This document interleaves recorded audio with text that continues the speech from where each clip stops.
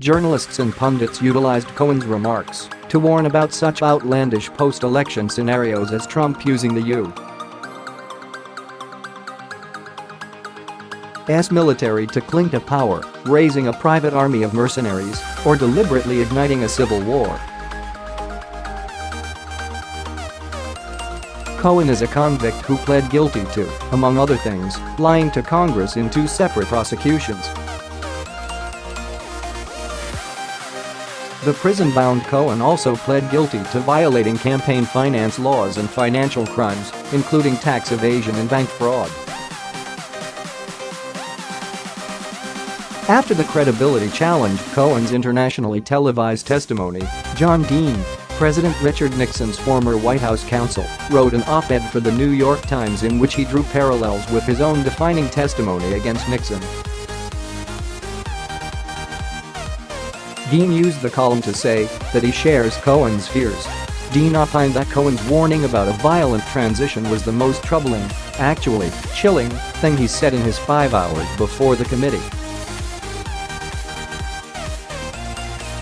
In a piece published in the Miami Herald and other publications, syndicated columnist Leonard Pitts Jr. warned, should Trump lose in 2020, a smooth transition is not guaranteed. Pitts cited Cohen's remarks and inquired, let that marinate a moment. And ask yourself, what happens if this guy whose self-definition, whose entire psychological structure, is founded upon a self-image as a man who always wins, loses? Can you see him quietly accepting it with dignity and grace? One can more readily imagine Mitch McConnell twerking in Times Square. Following the standard anti-Trump playbook of comparing the president to Nixon and Watergate, Pitt cited Dean to smear Trump's entire presidency as a cancer. John Dean, you will recall, famously warned Richard Nixon of a cancer on the presidency, Pitts recalled. But in 2019, the cancer is the presidency. So there is a need for us to be clear-eyed and sober about what we face. I don't know that we're there yet. In a stroke of originality, Movian.org activist Robert Reich, Bill Clinton's former Secretary of Labor, wrote a piece for The Guardian titled, If Trump Loses, We Know What to Expect, Anger, Fear and Disruption. Reich utilized Cohen's warning to exclaim, the United States is now headed by someone pathologically incapable of admitting defeat.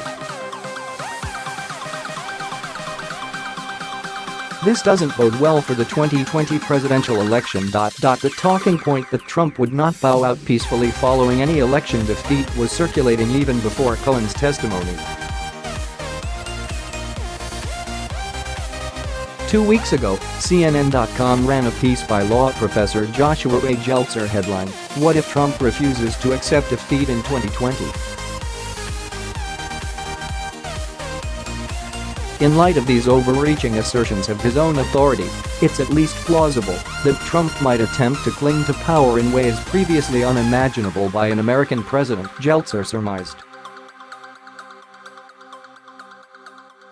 Jeltzer theorized Trump could potentially use the U.S. military to hold on to power after a defeat at the ballot box.